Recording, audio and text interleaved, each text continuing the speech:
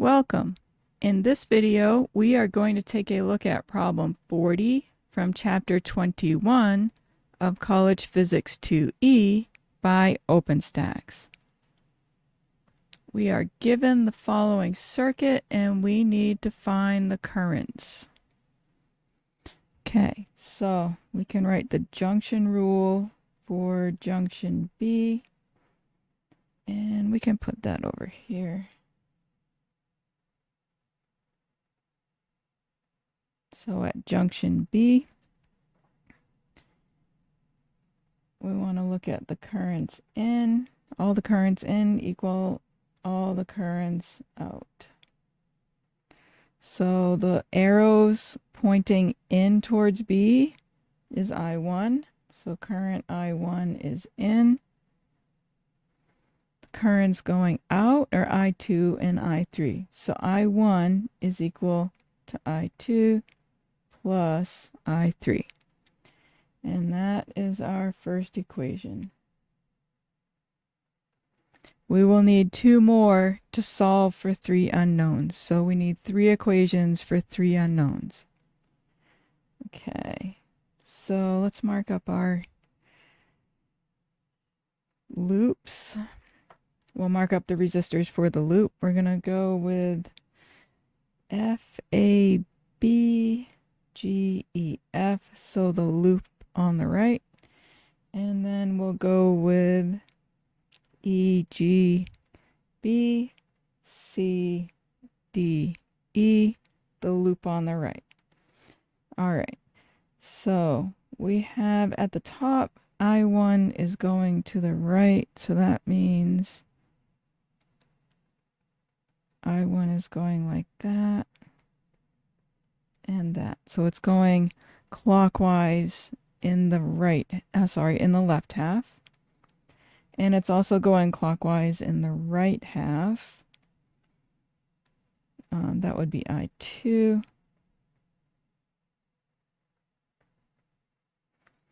And it's going from top to bottom through the middle. And we'll just go like that. Okay, so now we'll mark all our resistors. Where the current enters, that's the positive side. Where it leaves, that's the negative side. Higher potential, lower potential. So I'm going to go through and mark all those.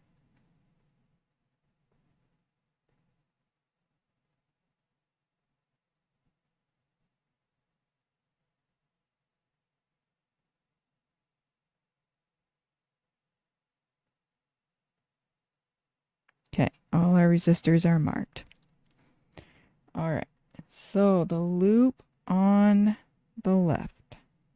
So let's say loop, and we've got F, A, B, G, E, and back to F.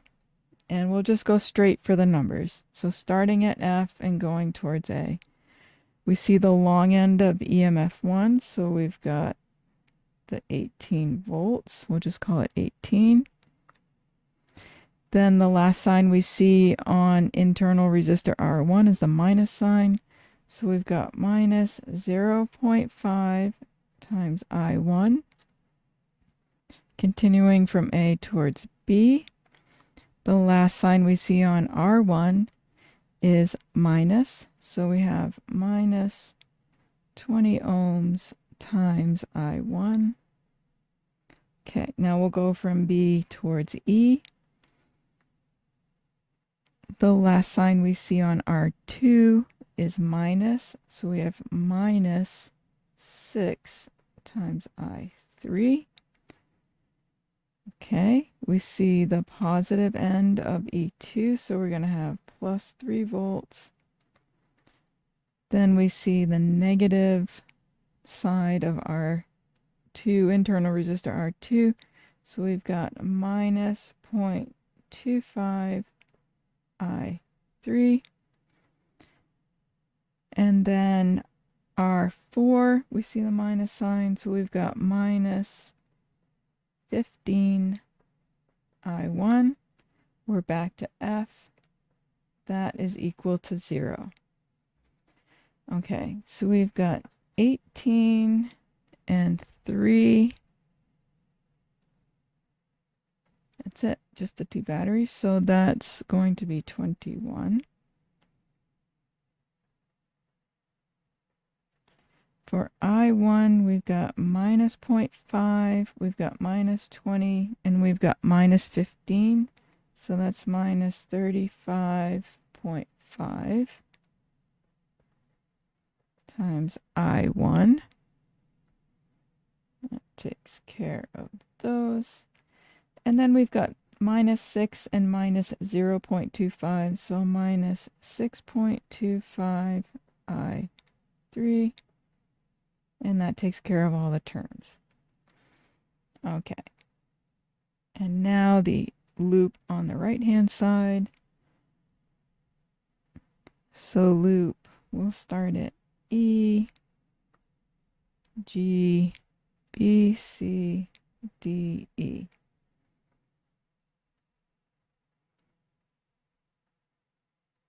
Okay, starting at E.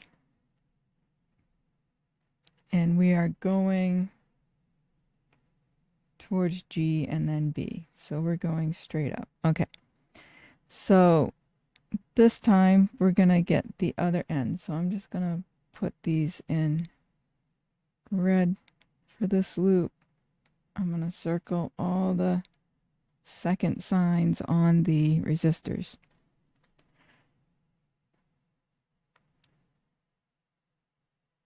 So we have a plus 0.25 times I3. We see the short end of EMF2, so we've got minus 3 volts.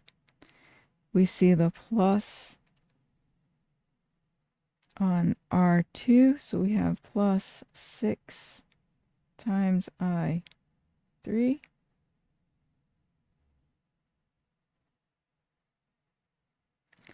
Okay, and then we've got 8 times well, it's a minus 8 times I2. We've got the long side of EMF3, so plus the 12 volts. Then we've got the minus sign on internal resistor R3, so we've got minus 0.5 I2.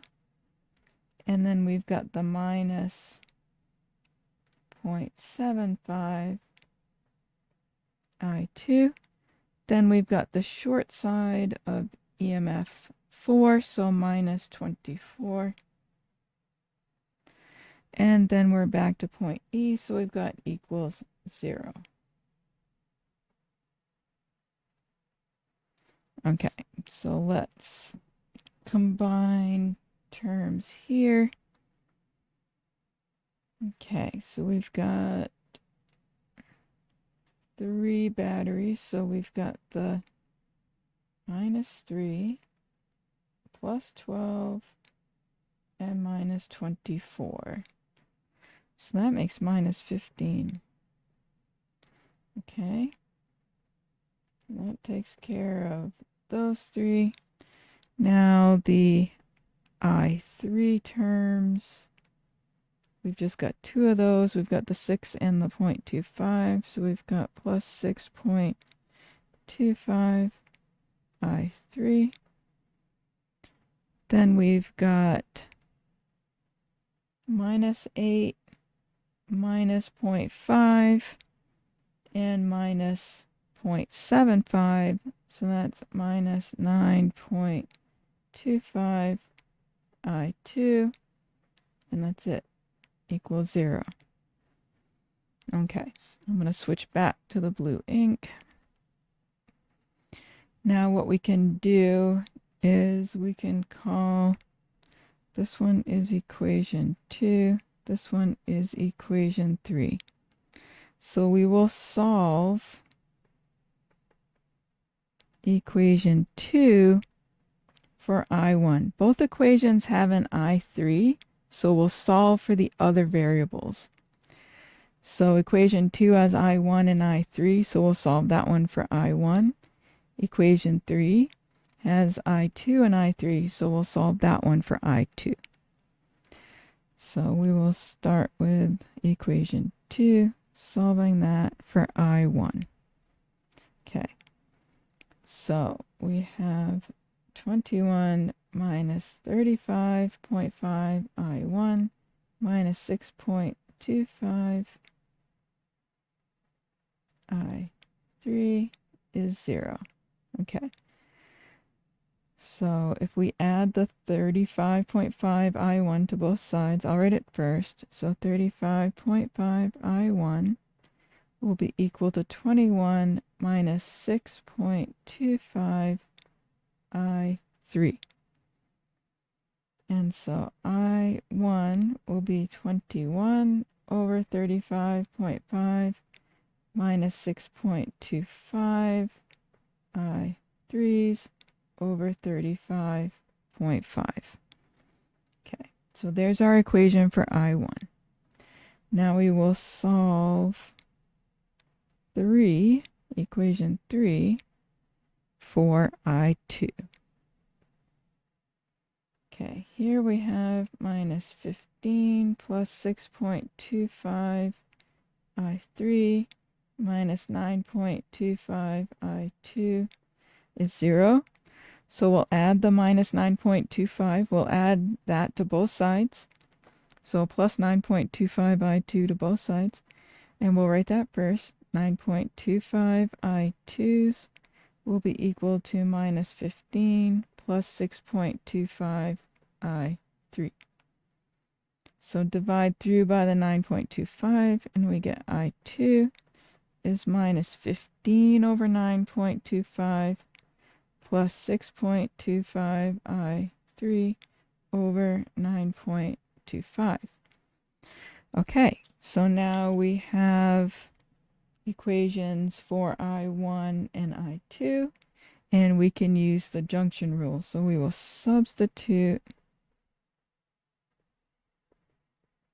into equation 1. Equation 1 says I1 is equal to I2 plus I3.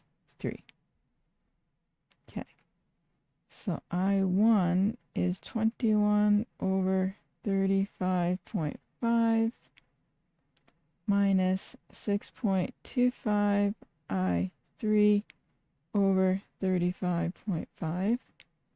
That's equal to I2. Okay, I2 is minus 15 over 9.25 plus 6.25 I3 over 9.25. Then we have plus I3. Okay, so we gather all the I3s on one side. Anything that's not an I3 goes to the other side. Okay, so we have 21 over 35.5. We'll be adding the 15 over 9.25 to both sides. And we'll be subtracting, adding 6.25 I3s over 35.5 to both sides.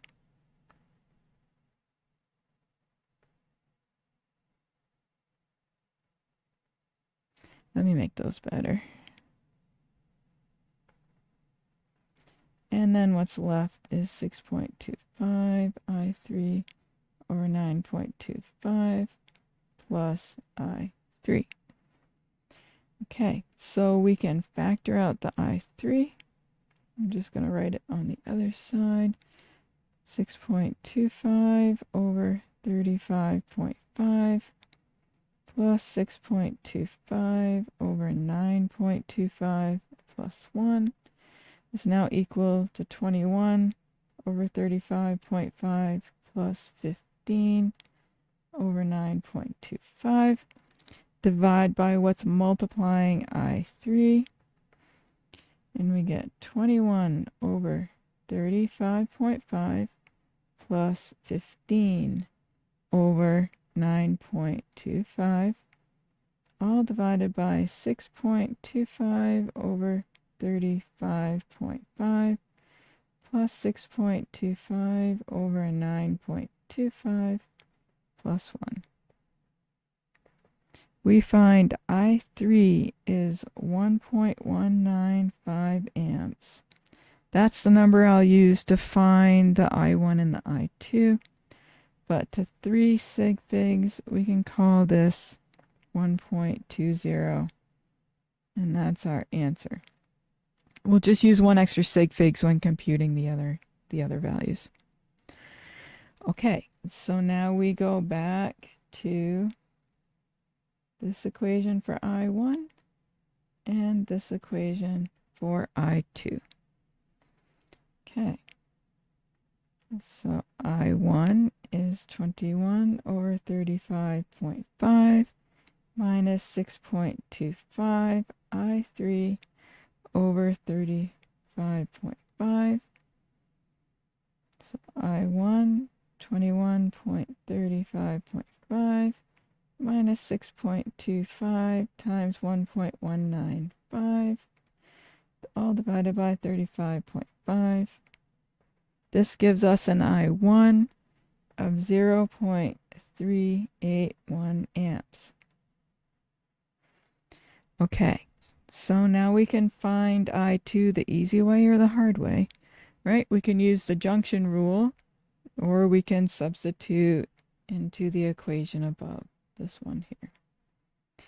So let's substitute into that, and then what we'll do is we'll use the junction rule to check. So I2 is minus 15 over 9.25 plus 6.25 over 9.25 times the I3. So I2 is minus 15 over 9.25 plus 6.25 over 9.25 times the 1.195 amps. This gives us an I2 of minus 0.814 amps. Okay, the minus sign means the direction given in the circuit is actually opposite. So it's actually going into B, not coming out of B. All the work was done with it, assuming it was going out.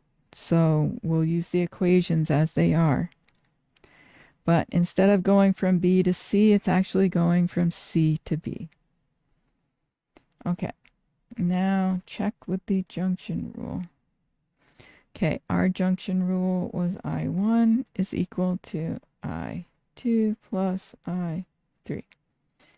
So we want to know, does 0.381 amps, is that equal to minus 0.814 amps and then plus 1.20 amps? Okay, let me do that on the calculator real quick. So I'm going to do 1.20 minus 0.814, and it's not that close.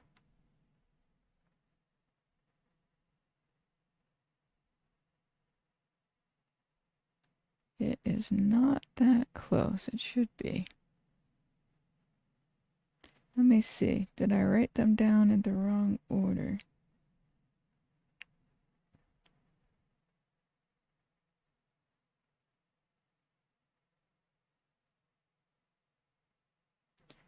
I did not.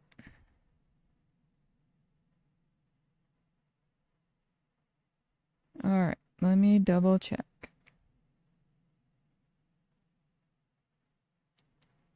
Got the 0.381 for I1.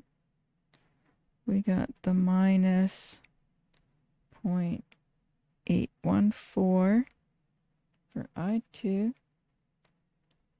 Do I perhaps have the equation written down wrong? I1 is I2 plus I3.